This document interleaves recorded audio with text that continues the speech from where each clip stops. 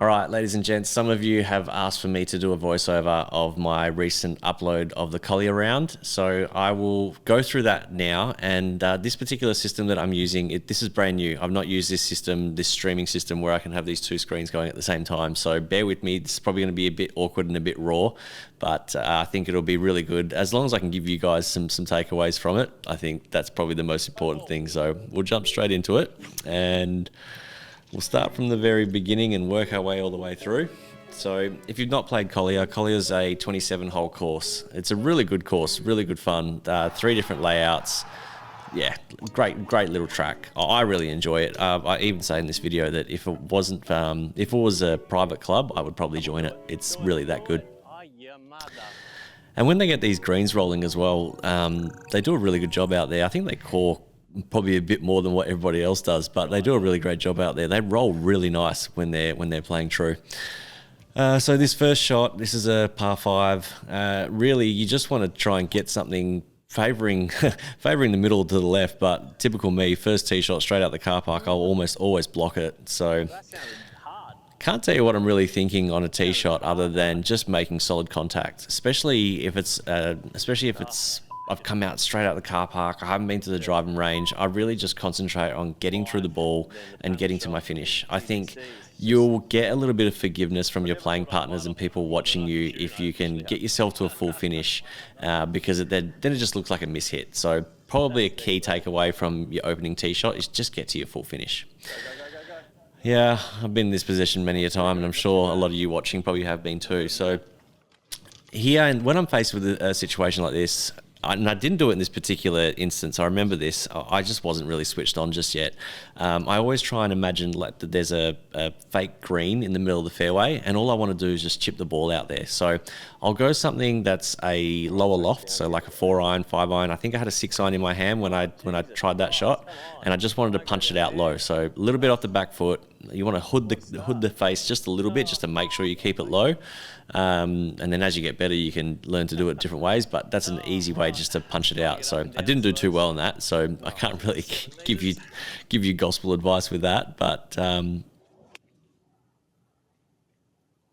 yeah, this pitch shot, I just hit it too far.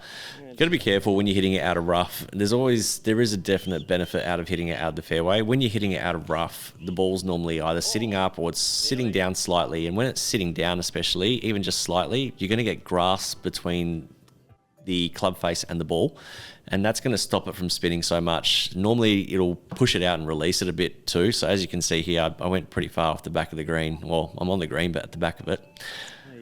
Really good putt, by the way. Well done, Rubes. Nice one. Left myself with some work though, so yeah, did not want to start with double bogey, so massive putt here that needed to be made. Just snuck that in off the right and just bounced into the cup too. Lucky that went in, otherwise I was down there. You can't really you can't beat yourself up either. If you start the round on a bogey, double bogey, triple bogey for that matter, don't beat yourself up. There's 18 holes to play, well 17 from there. You've got plenty of chances and opportunities to make up for it. All right, so hole 2, this one here, I probably, smart play isn't driver. You probably want to go 3-wood, but I don't actually hit it that far, contrary to popular belief, but I don't hit it that far, but I have really big confidence with my driver. So I know that I can sort of put it relatively where I want when I'm hitting it well. Don't take that first tee shot into consideration. That was straight out the car park. You're off work at the moment, Ricky. What's going on? Yeah, off till middle of April, mate. Yeah. All right. Oh, man. I think I just fell short of the green here. So I don't really have a great short game. I definitely will always prefer to putt whenever possible. If I don't have anything in the way of the hole and me and I'm off the green, I will almost always putt. I just don't really have that trust in my short game. How does that finish behind the hole? What you'll notice too is when you do putt from around the greens, your proximity to the hole is always going to be much closer because you can control your putter stroke probably a little bit better than what you can a chipping stroke. So you're going to have a little bit more, you definitely have more control. You're just going to have more confidence knowing that you'll get it closer to the cup because when you're chipping or you're pitching, especially around a green, and if it's really tight lies, there's that chance that you're going to blade it, there's that chance that you're going to flub it. At least with putter, you know you're going to get the ball moving in the direction that you want. All right, this par 3 is actually nice. Oh, It's quite long now. I've pulled this, and I know why I pulled it, because I was trying to hit a high draw into it. I actually remember this. I was trying to hit a high draw into it, and when I try and hit a high draw, for some reason, I get too quick, I rotate too fast, and my hands shut real quick as well, and everything just goes left on left on left. So, again, my short game's not great. That jumped out of there as well. So that's that whole, coming out of the rough again. It's really hard to predict what the ball's going to do when it comes out of the rough. Oh, yeah. No. I missed that one a little bit low. Green, mate. Yeah, and that was another thing, thinking about Powerade, I have a really bad habit of disconnecting my focus during a game. It's probably where a lot of my bad scores come from, just not paying attention and just thinking about things that I shouldn't be. So focus, especially when putting, is huge. You need to get yourself into a good pre-shot routine with putting, because then that way you will concentrate more so on the task at hand and you're not thinking about much else. You'll see probably not in this video, I think a lot of it was edited out, but I have a very deliberate putting routine and it just helps me get into the zone. I always find that when I don't stick to it or I derail off that and don't use it at all, my putting's horrible. Not just putting either, I think even with your pre-shot routines, with your normal shots, it's so important. So important. If there is, but we'll see. Don't think you'll get to see the pre-shot routine here, but Do you want to be at the back or do you want to be every shot that you take, you really should be focusing on 100% commitment as well. So, like there, I've talked through my shot, and I wasn't necessarily doing that for the camera. I was probably doing it more so for me. I do that in the game. I won't vocally do it so my playing partners hear it, but I will talk myself through the shot and pre-visualize in my head what I imagine is going to happen. And for me, that's like training good habits into your brain, because you want to go, well, your brain's actually really smart. You won't believe it, but just watch kids playing golf. They don't think about where their body has to be and what positions they have to be in. They just see ball, hit ball, and it will go in the direction that they want. And I think us as adults will confuse that a lot. So sometimes just telling your brain and visualizing what you want to happen, that can sometimes be massive in the shot that you're going to pull off and what the outcome's going to be. I know it definitely works for me. It definitely helps for me. So even like this, most people step up to it and be like, oh my gosh, there's water there. I'm panicking about the water. Don't go in the water. Don't go in the bunker. Don't hit it short. When you tell yourself that, when you're talking to yourself like that, all your brain hears is the last thing that you said. And the last thing that you said is water. Even though you said, don't hit the water, don't hit the bunker, all it hears is water and bunker. And trust me, your brain is that smart. Your body will adapt to it and be like, it heard water, it heard bunker, and it's just going to focus on that. No matter how hard you try and disconnect from that, it's just going to focus on that. Chances are you're going to hit it in the water. So, with this one, I guess for me, I almost always tell myself that a par 3 is a hole-in-one opportunity. So I'm not even thinking about the water. I'm not even thinking about the penalty areas. I'm thinking, I want to get a hole-in-one. I want this in the cup. I think that way, if you do miss, your miss is gonna feel big, but it won't be, because in your head you're like, I want to get that in the hole. I want the hole-in-one. But if you miss the green short, miss the green right, in your head, you're going to be like, oh, that was a complete mishit or whatever. But had you have thought, I just want to get this over the water or whatever, the outcome's going to be so much different, because how are you supposed to even pick where the ball's going to land? You're not even focused on that point. So I know I've probably confused that a little bit for people, but to unpack that and just to get a takeaway from that is focus on what you want your target to be and make that really small. So be it the cup, be it something else in the distance, focus on that. Don't focus on the bad things. Oh man, if I had a short game, I swear to God, I'd probably still be the same handicap, but I just have more confidence. So just nip that one a little long. So you'll see again. I mean, most people would putt that. They probably wouldn't chip that. I don't have this putter anymore either. Good old Evelyn. That's the even roll. I've got the lab putter now. Snuck away a par there. So what am I? One over. It's not too bad. This round had a bit of everything, lots of ups and downs. Just came by. Oh, Powerade. So if any of you, it was our very first podcast. I have a superstition with Powerade, and even the coloured lines on my ball, I have to make sure that when I draw a line on my ball, it's got to match the coloured shirt that I'm wearing. And then same thing with the Powerade and the Gatorade. I will always make sure that if I'm wearing a green shirt like I was that day, I will go and buy a green Powerade. If I'm wearing blue, I'll buy a blue Powerade. And then on my ball, I'll have a black dot and a blue dot, or a black dot and a green dot, just to match. I don't know. It's a silly superstition, but it gets in my head. This one, I think I remember I was just trying to get after it a little bit more. I no longer have that shaft. That autoflex shaft is really good, but I just, sometimes if I got a little too aggressive with it, and I found more so in the afternoons when I played, I was warmer, I was more limber, I was loose. The club would get stuck behind me and then I end up blocking it. But when I played in the mornings with the autoflex, it was on autopilot. But yeah, don't know. It just seems to happen a lot in my afternoon rounds, or when I got to try and step on one, that I would end up leaking them out right like this. So this here, I was actually trying to go for the right edge of the green. I actually wasn't meant to start this ball as left as I did. Otherwise, that actually would have come out perfect. But again, I'm quite handsy with my swing. It's something that I'm working on, something that I'm trying to fix. I got to be a bit more rotational. I just lack a lot of rotation through the ball. Sometimes that's why you'll see, like, that wasn't too bad, but what you'll see normally with my swing, if you were actually to pause it, no one's going to do that, but if you actually were to pause it, you'd see halfway through my follow through, my left elbow gets a little chicken wingy, but that's already like post impact. All the good stuff's already happened, and I don't know. It's something I've been trying to get rid of. I don't know if it's a fault or something that's come from when I broke my wrist, because I don't have like great wrist maneuverability anymore because I broke my scaphoid. So yeah, that's a little bit limited. I don't think it's got to do with that, but just looking for an excuse.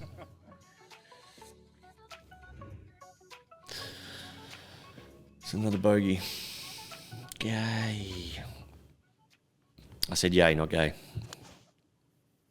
Oh, why did I pull it? Just again, trying to hit a high draw to get it wrapped around that bunker, and no good. That's probably the problem. No good.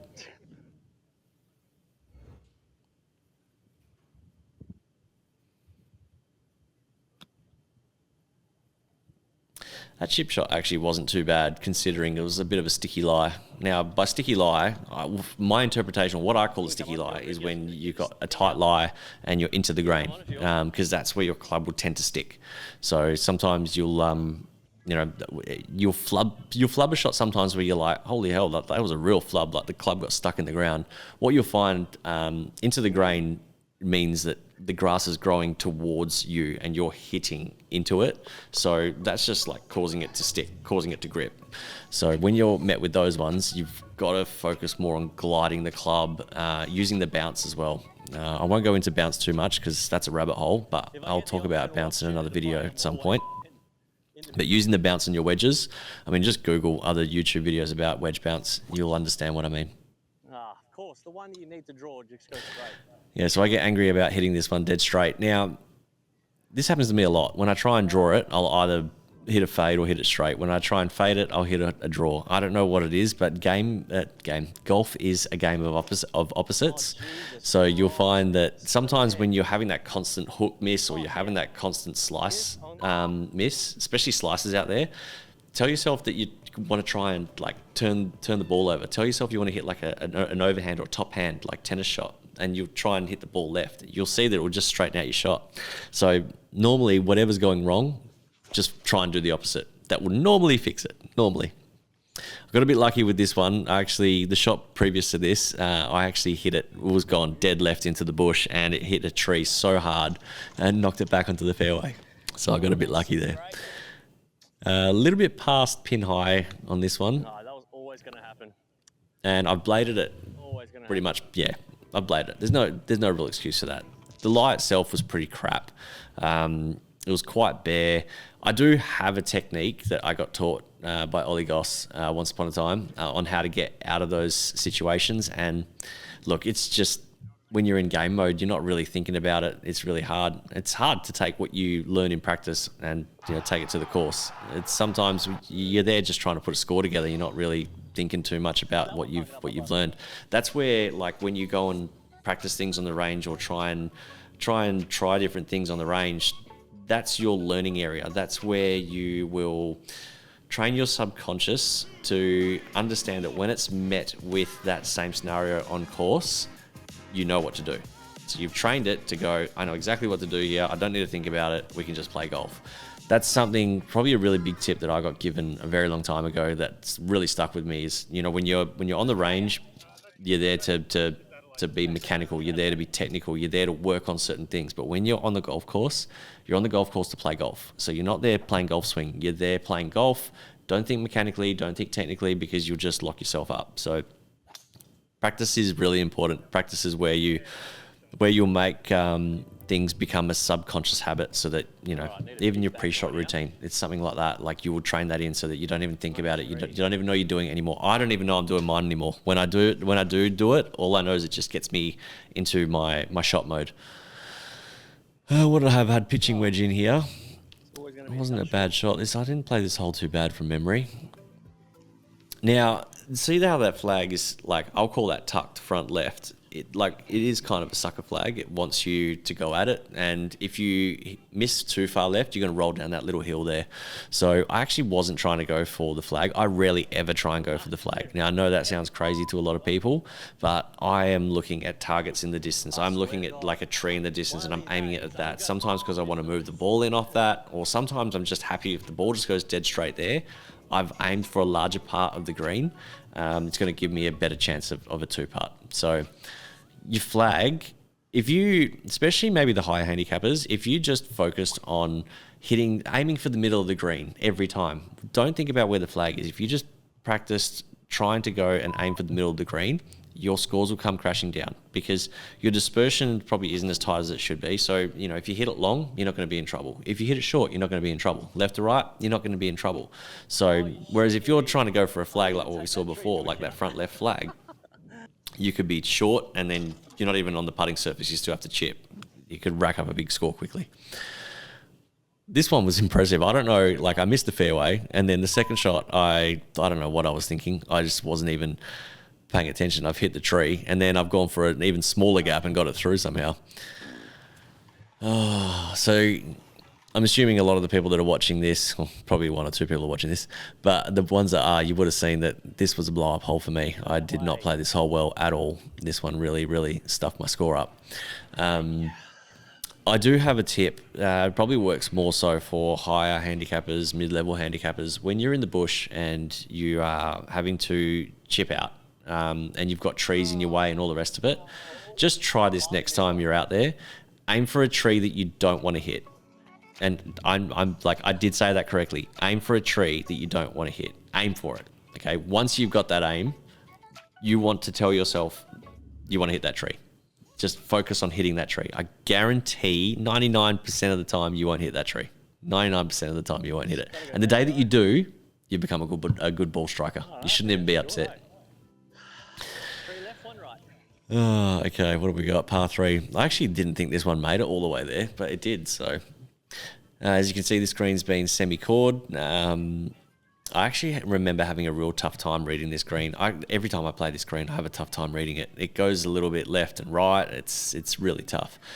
In saying that as well, like when you watch the golf and you watch professional golfers, what you'll notice is they're awesome at reading greens. They're awesome at putting, and you see it all the time. Like you think it's a highlight reel that you're watching when you're watching the PGA Tour or Live Golf or anything like that, but the guys are exceptional putters, and the girls too. They're just exceptional putters. That's what makes the difference, putting. So that's probably another hot tip. If you really want to bring your scores down quickly, focus on putting. Oh, that 7 does not look good on the scorecard. That's annoying. That is annoying. This hole, so normally what you want to do here, what is this? This is the 13th, so this is on Pine 4. You want to just hit a 5-iron to that corner. Big hitters can go up and over that tree on the right and go for the green, but I don't actually hit the ball high enough with my driver to even think about it. And I've tried it plenty of times before and it's never paid off, so a layup here is a good idea. This isn't too bad. So as you can see in the distance out there, like you've got that little corner to get around and get through. Laying up to a distance, I know sometimes maybe more so for the higher handicappers, you're probably panicking because you're like, look, I don't know if I can actually hit the ball there.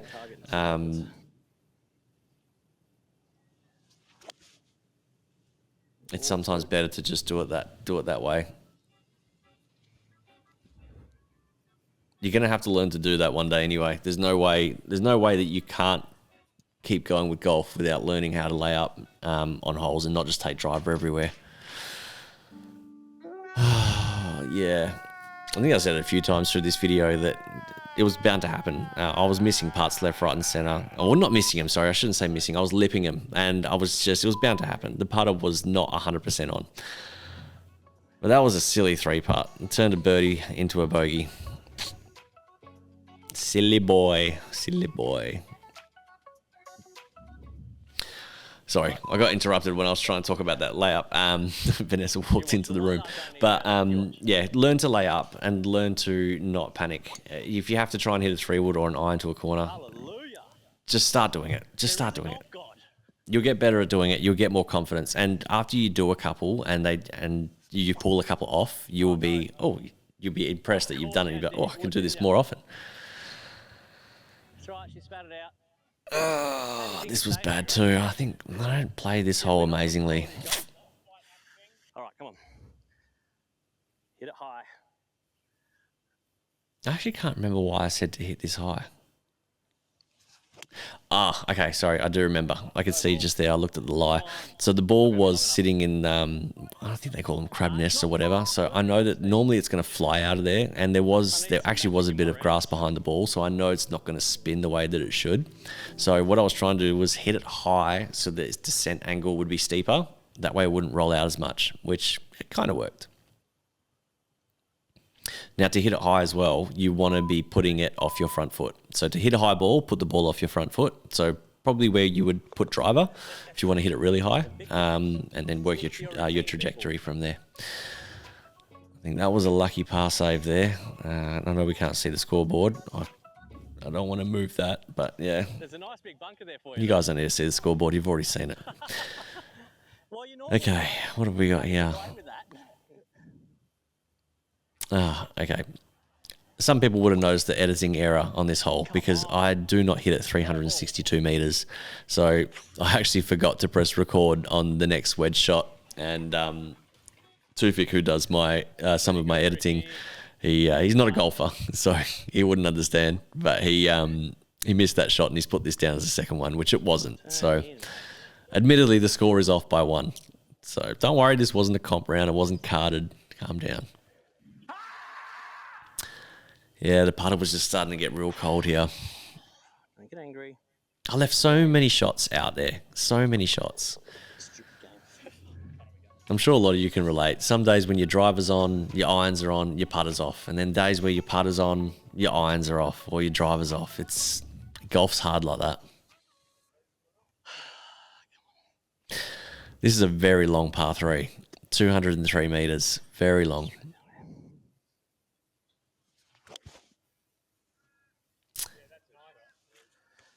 Very good. I actually hit this right at the flag, Actually, from where I was standing, I remember looking at it going, is that going to roll in? But yeah, when you get to it, it's always the case. It looks so close when you're this far away, and then you get there and you're like, oh, okay, that's actually not close. I've still got work to do. No, I've got close so many times. Hit the flag. So because I am a drawer of the ball, what you'll notice is I like to set up on the left side of the tee box a lot because it just gives me, for me, I feel like I've got more freedom, more confidence to send the ball out and start the ball out right. It gives me more room. Whereas if you're a fader, you probably want to be starting on the right side of the tee box. So don't just plonk yourself in the tee box anywhere and just hit and hope.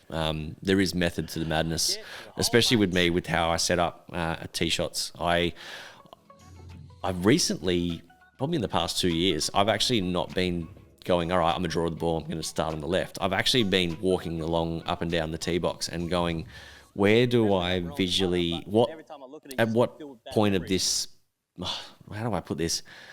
Whereabouts in this tee box does the hole look visually pleasing to me? Because if it looks visually pleasing to my eye, I'll have more confidence in trying to pull off the shot. I mean, I'm sure you've all experienced it where you're sitting on a tee box, you got to hit a shot and you can just feel something's wrong. You can feel like it doesn't suit your eye, it doesn't look right, and then then you mishit it or whatnot. So it's recently been working for me quite well, where I'll just sort of move my way around the tee box a little bit and be looking up and looking at the hole and going, oh, okay, well, what does that feel like? What shot can I see here? And then once I hone in and I'm in a spot where I'm like, oh, I can see the shot, I'll just pick that and use it.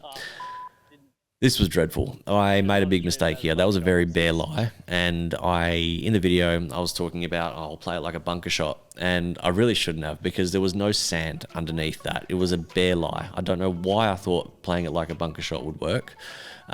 Being a bare lie, what actually ended up happening was the bounce of the club caused it to blade into the back of the ball pretty much. So the ball did get a little bit of height, but it bladed it off to the other side of the green. And yeah, I made a bad score on that one. So not happy about that.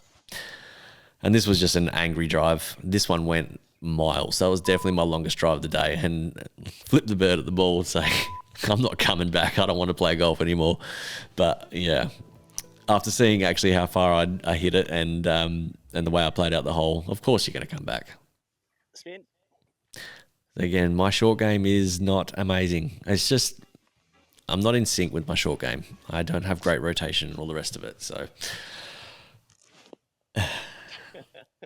with short game, especially shots like that, the one thing that I try and focus on, something that I've seen in got told by Brett Rumford, was just to use your chest as the engine and keep your chest sort of rotating and turning, because that'll help you keep everything moving in sync, as opposed to just like, dumping your hands and your club into the back of the ball and then hoping for the best, because you're not going to have any control that way. So using your rotation to control the ball and control the flight does work to a degree.